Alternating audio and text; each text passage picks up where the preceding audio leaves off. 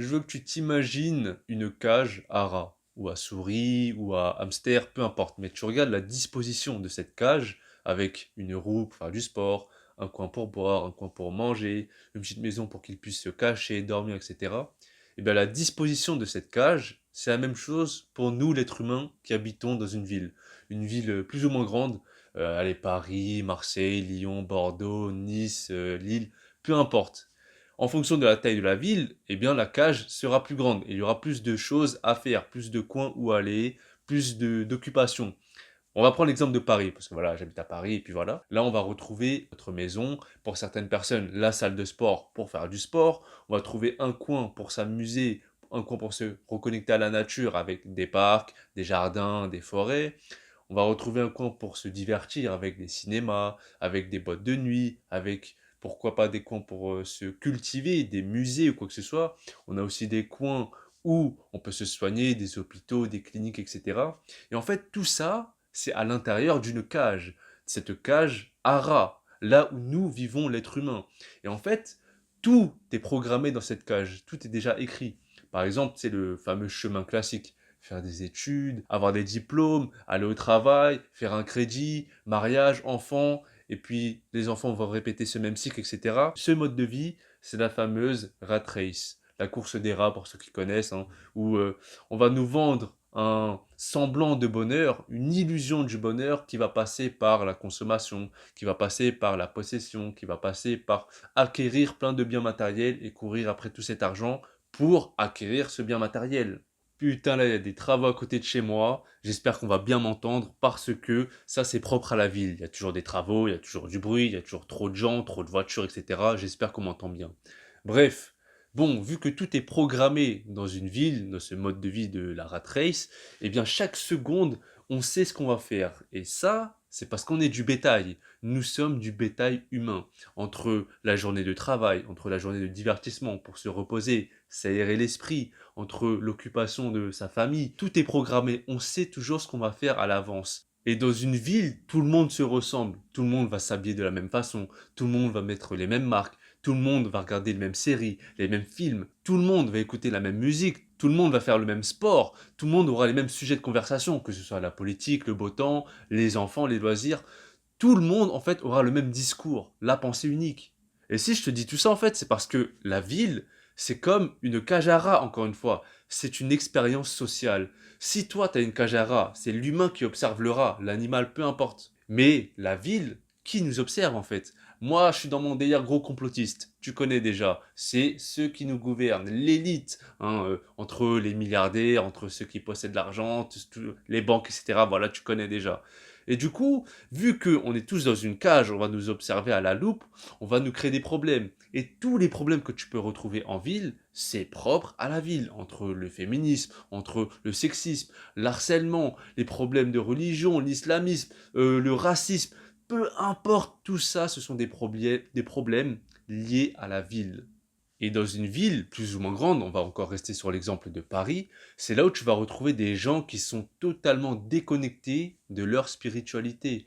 Ils seront étouffés avec tous ces divertissements, toutes ces pubs, tout ce passe-temps, la drogue, l'alcool, le sexe, l'hypersexualisation de cette société. C'est quoi? C'est en ville. Tu penses qu'à niquer en ville. Tu vois des gros culs partout, Instagram et tout ça, les réseaux sociaux, c'est quoi? C'est la ville. T'es là, t'es excité comme jamais. Et du coup, forcément, tu t'éloignes de toi-même, tu t'éloignes de ton soi, tu t'éloignes de ta divinité, de ta part divine plutôt. Et pour tenir cette cadence, ce rythme effréné de stress entre le travail, s'occuper de sa famille, le divertissement, tout ça, tu vois, et ben forcément, il faut un réconfort. Donc, les addictions pour certaines personnes, la drogue, l'alcool, peu importe, tu connais déjà les addictions, se déconnecter de soi-même. Et c'est pour ça que, pour plein de personnes, tu leur enlèves juste le téléphone, ils seront perdus les mecs. Parce qu'ils pourront plus poster des stories sur Instagram, sur Snapchat, aller sur Twitter, regarder des informations inutiles. Tu leur enlèves le téléphone et ces mecs-là ils finissent en dépression à l'HP, hein, directement. Et du coup, pour des personnes qui ont vécu comme un éveil spirituel ou plutôt un réveil spirituel, et ben là forcément, il y a un changement de paradigme, il y a un changement de niveau de conscience qui fait que on peut plus réellement vivre de la même façon entre la consommation, entre la recherche de bonheur illusoire dans des biens matériels, dans le regard des autres, etc., ou dans de la substance, hein. Enfin, quoique pour certains, ils se droguent tellement, laisse tomber. Et du coup, quand tu commences à comprendre tous les rouages, à force de rechercher, et ben, tu te rends compte que, en fait, toi, le rat, tu es juste une pile de ce système. Tu alimentes ce système. Et c'est pour ça que le système, c'est chaque individu. Moi aussi, je suis le système, puisque je suis aussi un rat. C'est pas parce que je dis tout ça que je suis hors de tout ça, tu vois. Non, je suis comme toi. Je suis un gueux. Et pour en revenir à ces personnes qui s'élèvent spirituellement et qui commencent à comprendre tout ça, forcément, il y aura un changement pour passer le temps, tu vois. On va plus aller en boîte de nuit, on va plus traîner avec certaines personnes qui nous aspirent notre énergie. On va préférer aller dans des coins plus naturels, dans des forêt. Il y aura vraiment cette recherche de solitude, donc c'est pour ça que beaucoup de personnes qui s'éveillent spirituellement vont rechercher la solitude en restant chez soi, en étant casanier de ouf, en allant dans des coins de forêt, encore une fois, pour passer du temps seul, des petites promenades et tout ça, plus naturel, parce que la ville, encore une fois, c'est pas un coin naturel. Hein, c'est la main de l'homme, on a mis plein de mecs ici, allez, tu te reproduis, et puis voilà, continuellement. T'es là, tu vois des bâtiments partout, de la lumière artificielle partout, tu vois des trucs qui ont toujours été modifiés par la main de l'homme. Donc, ce n'est pas naturel. Et quand tu te reconnectes à toi-même, et ben forcément, tu te reconnectes à la nature. Donc, la montagne, la plage, la forêt, peu importe, tu vois. Mais quelque chose où l'humain n'a pas mis sa main. Humain. Ah putain, j'avais pas vu. Humain. Et du coup, plus la ville est grande, plus le rythme est rapide, plus les gens sont stressés, plus la folie est grande. Et c'est pour ça que je vais te raconter une histoire en fait. Quand l'année dernière je faisais un tour de France en stop et tout ça, je suis parti chez plusieurs personnes qui possédaient un terrain dans une forêt, à la campagne ou peu importe, mais ils étaient loin de la ville, loin d'une grande ville. Et après avoir passé plusieurs jours chez eux, 3, 4 jours, même plus, mon retour en ville a été trop brutal, trop brusque, qui fait que j'ai vraiment senti cette différence et j'étais pas bien. Je m'en souviens chez une personne, en fait, elle habitait pas très loin de Montpellier. Et quand je suis allé à Montpellier, déjà cette ville, je la déteste. Je suis parti 2 fois en tout et j'aime vraiment pas la vibration de cette ville. Bref, quand je suis parti en ville, je me sentais vraiment stressé. Je voyais tout rapidement en fait et j'étais pas bien. C'est comme si tu t'habitues à ce que personne te parle et à ton retour en ville, c'est comme si tu avais 100 personnes qui te parlaient d'un coup. Tu es là, tu as ce flux d'informations, ce flux d'énergie. euh, ce changement était trop brutal en fait. Je n'ai pas du tout aimé, je me sentais vraiment pas bien et j'étais stressé. La deuxième personne, en fait, je m'en souviens où ça m'a fait le même effet. J'étais vers le sud et je remontais petit à petit. Du coup, j'étais passé par des villes comme Aix-en-Provence, Valence et Lyon. Du coup, la taille de la ville grandissait au fur et à mesure. Et au moment où j'ai atteint Lyon, là, j'étais vraiment pas bien. Comme un animal sauvage qui est là au milieu de plein de personnes qui veulent le tuer. J'étais pas bien, j'étais sur mes gardes. Je voyais des enfants crier, pleurer. Je voyais des voitures partout, des gens qui voulaient se battre, les sirènes de police, les sirènes de pompiers. J'étais en train de péter un câble. J'étais là, attends, c'est quoi ce délire? C'est quoi ce délire? Et parce qu'en fait, je m'étais habitué au calme et à la nature, tout simplement. Et ce brusque retour en ville, j'étais pas bien de ouf. Mais ce qui est incroyable, c'est qu'on s'habitue au bout de 2, 3 jours. Et c'est pour ça que pour des personnes qui habitent en ville depuis toujours et qui ne font pas un saut en campagne, là où le calme règne, eh ben, ils sont habitués à tout ça. Ils vont entendre des sirènes de police, des gens se battre, des gens crier, des voitures passer, tout ça. Mais ils sont habitués à tout ça, ils calculent même plus.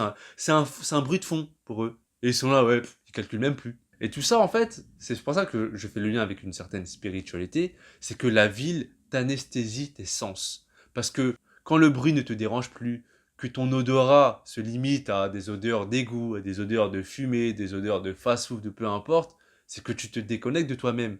Va faire un tour pendant une semaine en forêt, ou en campagne, ou dans une randonnée, dans une montagne, ou peu importe, reviens en ville et tu vas péter un câble. Mais ça, quand même, j'en suis persuadé que c'est lié à un certain niveau de conscience. Parce qu'encore une fois, une personne qui est habituée qu'à la ville et qui est habituée à voir beaucoup de personnes, des centres commerciaux, etc., tu vas le foutre une semaine dans un coin naturel, il va dire, ah mais putain, il n'y a rien. Il va voir des arbres, des écureuils, des animaux, des insectes, peu importe. Il va prendre aucun plaisir à rester dans ce mode, dans cet environnement plutôt.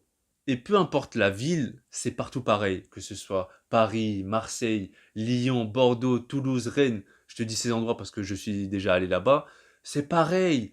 Tu retrouves les mêmes personnes stressées, tu retrouves les mêmes centres commerciaux, les mêmes marques, les mêmes personnes aliénées qui H24 traînent sur les réseaux sociaux. Ok, la différence se fait entre la taille de la ville, parce que je suis parti dans des villes plus petites comme Angoulême, Cholet, Poitiers ou trucs comme ça. C'est différent parce que le rythme est plus calme, mais c'est le même délire. Et c'est pareil à l'étranger. Je suis parti tu sais, en Asie, que ce soit à Bangkok, Kuala Lumpur, Hong Kong ou d'autres dans d'autres pays, parce que ouais, j'ai eu la chance de pas mal voyager. Dans d'autres continents, je suis parti en Amérique du Nord ou latine, que ce soit à San José, au Costa Rica, au Québec, Montréal. C'est partout pareil, tu retrouves les mêmes gens. En fait, c'est des copier-coller. Partout, tu vas retrouver des McDo, des Burger King, des KFC, des marques de vêtements comme Nike, Adidas. Tu vas retrouver les mêmes marques de téléphone, tu vas retrouver des centres commerciaux, des stades de foot, de rugby, de football américain, j'en sais rien. Le même délire, en fait. Un flux important de personnes. Tu vas retrouver les mêmes banques, que ce soit ING, HSBC ou n'importe quelle connerie. C'est partout pareil. Ce sont des copier-coller. Et encore une fois, la seule différence, c'est le langage. C'est tout. Mais en fait, ce mode de vie urbain est beaucoup plus présent aujourd'hui. Il y a 50, 100 ans, c'était inversé. C'est-à-dire qu'il y avait beaucoup plus de paysans que de personnes qui habitaient en ville. Et c'est pour ça qu'aujourd'hui, je crois que j'ai regardé les statistiques dernièrement, c'était 80% d'habitants en ville, 20% en campagne. Alors qu'avant, c'était l'inverse, tu vois. Et vu qu'aujourd'hui, on est beaucoup plus habitué à tout ce confort, à tout avoir autour de nous, tu vois, c'est difficile de retourner à ce mode de vie plus rural, plus sain, on va dire, pour l'esprit. Parce que c'est difficile, hein. Tu es là, tu dois faire pousser tes fruits, tes légumes, t'occuper de la terre, etc. C'est difficile. Aujourd'hui, là, c'est trop facile, on a tout à proximité. Tu vois, c'est le confort de la ville, en fait. C'est pour ça que l'homme de la ville est un homme faible. T'as beau avoir des muscles, ceci, cela, tu sais pas faire pousser des légumes, tu sais pas pêcher du poisson, parce que t'en as plus besoin, en fait. Puisqu'encore une fois, on a tout à proximité. L'homme des villes est la plus grosse salope. Moi aussi, ok, je m'inclus dedans. Mais quand tu vas regarder, tu sais, tu vas dans les villages, que ce soit en France ou à l'étranger, t'as des petits, ils sont plus forts que toi. T'as beau avoir des muscles, les montrer sur Instagram, c'est de la merde. Parce que eux, ils savent faire des choses de la nature. Si tu veux survivre, tu vas te reposer sur leurs épaules, hein. T'as beau faire 1m90, 85 kilos, t'es là, t'es chaud sur Instagram, Insta Fit Boy, mes conneries, mes couilles. Tu vas suivre un petit de 9 ans pour survivre. Et bref, je vais te finir par une photo, une citation que je vais te mettre juste là. C'est tiré de mon Instagram, hein, comme tu peux le voir, Tony Kuhn. Alors, je vais te lire la citation, on va analyser la photo. Les uns sont des cons pris dans le système, les autres des incompris du système. Alors, on va prendre la première partie. Les uns sont des cons pris dans le système. On voit très bien, c'est le groupe qui se fait analyser par le microscope. Tu peux retrouver des gens qui lisent la presse, hein, l'endoctrinement, la propagande, tout ce système, hein, on nous cache la vérité, hein, gros complotiste, encore une fois. Tu peux retrouver des gens qui sont scotchés à leur écran, que ce soit le téléphone, l'ordinateur, bref, Internet, hein, peut-être tout ça, les fake news et toutes ces conneries. Mais tout ça, tu sais, ce groupe de personnes, ce sont des cons, dans le sens où ils sont ignorants de ce système, des rouages, des coulisses de ce système. Ils ne savent pas ce qu'il se passe. Et du coup, ce sont des victimes complètes de ce système, dans le sens où ils vont juste manger ce qu'on leur donne, que ce soit de la nourriture ou de la nourriture spirituelle pour l'esprit, avec tout le divertissement, Netflix, les séries américaines, les médias dominants, gober tout ce qu'on leur dit, avec les partis politiques, gauche, droite, mes couilles, centre. Ce sont des gros consommateurs qui vont se ruer dans les magasins en attendant les soldes. Bref, t'as compris, des gens voilà, qui sont complètement pris dans le système. Et t'as les autres, c'est la personne qui est juste là isolée, dont je me retrouve fortement, hein. Les autres, des incompris du système. Puisque on n'adhère pas à la pensée dominante, puisque on est à part dans ce système, eh bien nous sommes des incompris. J'en ai déjà parlé beaucoup de fois dans mes vidéos, et je pense que si toi aussi tu regardes mes vidéos, bah tu te retrouves, je pense, dans cette personne, dans cette représentation de la solitude, cette recherche de vérité. Mais comme tu peux le voir aussi, c'est que dans cette photo-là, ils sont tous dans le même plateau. T'as beau être à part, eh bien tu restes dans le système. Hein, tu peux pas en sortir, tu auras toujours besoin d'argent, tu as des factures à payer, tu veux utiliser Internet, tu as une voiture, tu as une assurance, tu travailles, peu importe, tu seras toujours dans le système. Les gens qui se disent « Ouais, moi je suis hors système », c'est des gros mythos. J'en ai déjà fait une vidéo et puis voilà. Tu peux te mettre à part, à l'écart, mais tu seras toujours dans le même espace que ces autres personnes que peut-être tu dénigres ou je ne sais pas. Enfin bref, dans la barre d'infos, je vais te mettre aussi un lien vers une expérience qui s'appelle l'expérience de Kaloun. En fait, Kaloun, c'est un docteur américain qui a fait une expérience sur des rats, qui en fait s'appelle le cloaque comportemental. Et en fait, je te le fais en gros, mais c'est mieux que tu t'informes toi-même, mais là je t'en parle, c'est dans la description de toute façon. En fait, il a fait un test sur des rats, et il a reproduit une sorte d'utopie pour rats. C'est-à-dire, il a mis 8 rats au début, et ils avaient tout. C'est-à-dire qu'ils avaient à manger, à boire, ils pouvaient, voilà, ils avaient assez d'espace pour vivre chacun dans son coin. Et il a observé leur comportement. Et en fait, le but de cette expérience, c'était de voir dans un espace restreint le comportement des rats, puisque à force de se reproduire, ils étaient beaucoup trop dans cet espace restreint.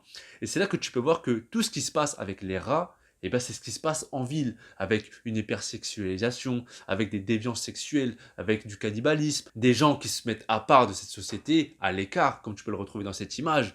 Bref, va dans la description si tu veux t'informer sur cette expérience qui est vraiment très intéressante et qu'on peut comparer avec ce qu'il se passe actuellement dans la vraie vie, enfin avec les humains tout simplement. Bref, merci de m'avoir écouté, à la prochaine, paix, rire, amour. Ah ouais, j'ai oublié de dire plein de trucs, mais je me contentais de parler juste des événements actuels, hein. Tu connais déjà le corona mes couilles et tout ça. Bah moi je pense que c'est une expérience sociale qui va nous mener tout droit vers le nouvel ordre mondial, la grande réinitialisation ou en anglais The Great Reset, you know what I'm saying my man. Et tout ça n'a rien de complotiste puisque bah, c'est officiel, tu vois, les dirigeants en parlent, il y a des réunions, des livres qui ont été écrits, tout ça.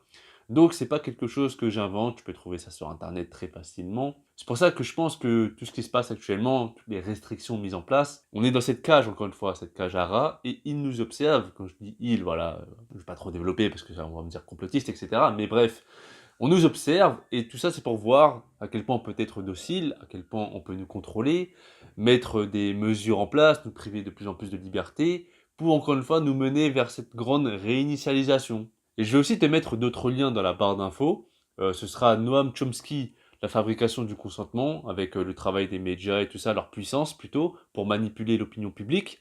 Et je vais te mettre la stratégie du choc de Naomi Klein, dans le sens où il faut vraiment un choc psychologique pour pouvoir mener des restrictions, mettre des lois en place et tout ça pour priver les gens de leur liberté. Ouh là là, j'ai bugué. Et ça a déjà été fait dans le passé, tout ça, voilà. Je vais te mettre ça dans la description et j'espère que les gens vont checker, hein. Dis-moi si tu regardes ce que je mets dans la description.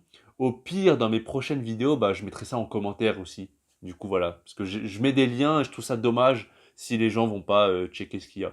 Je vais te mettre aussi une autre vidéo de Steve Cutts qui s'appelle Happiness, bonheur, et qui parle, c'est une vidéo d'animation qui montre la rat race, la course des rats. Ça dure 3-4 minutes, donc voilà, si tu as la flemme de regarder les autres trucs parce que c'est trop long, tu peux au moins regarder cette petite vidéo de 3-4 minutes. Après, voilà, hein. Bon, je sais très bien que dans cette vidéo, comme dans beaucoup de vidéos, je fais des généralités. Oui, il y a toujours des cas exceptionnels par rapport à ceci, cela. On pourrait remettre en question ce que je dis, mais encore une fois, il faut faire des généralités pour dessiner quelque chose, tu vois. C'est quelque chose de brut.